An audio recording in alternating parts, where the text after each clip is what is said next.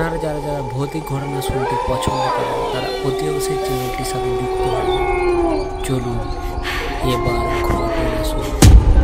Hello বন্ধুরা, এই ঘটনাটি আমার ভাইয়ের সাথে ঘটে যাওয়া একটি সত্য ঘটনা, যেটি আপনাদের কাছে তুলে ধরছি।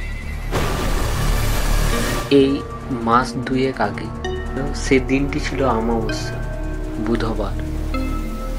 তখন রাত ঠিক 12টা কি 1টা বাজে। ভাই প্রতিদিনের মতো এদিনও টয়লেটে যায়। চারিদিক একদম নিস্তব্ধ, ঝিঝি পোকারা অনবরত ডেকে চলেছে এবং চারিদিকে কুকুর শিয়ালের ডাক যেন এক অন্য জগতে নিয়ে চলে এসেছে। ঠিক সেই সময় ভাই চমকে ওঠে, শুনতে পায় এক বিকট আওয়াজ এবং সে টয়লেটে না গিয়ে দৌড়ে রুমে চলে আসে।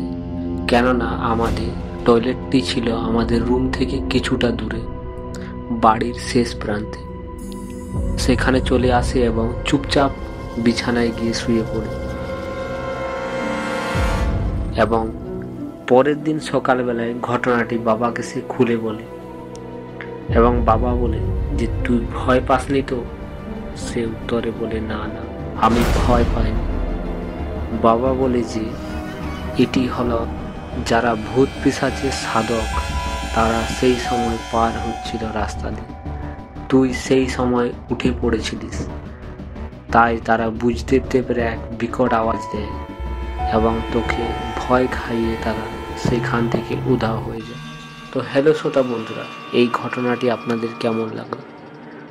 যদি এই রকমই আপনাদের সাথে কোনো ঘটনা ঘটে গিয়ে থাকে তাহলে আমাদের এই চ্যানেলের ডিসক্রিপশনে দেওয়া হোয়াটসঅ্যাপ নাম্বার বা ইমেল আইডিতে লিখে পাঠাতে পারেন। তো এইরকমই আরেকটি ভিডিও নিয়ে আপনাদের সাথে দেখা হবে পরবর্তী আরেকটি এপিসোডে।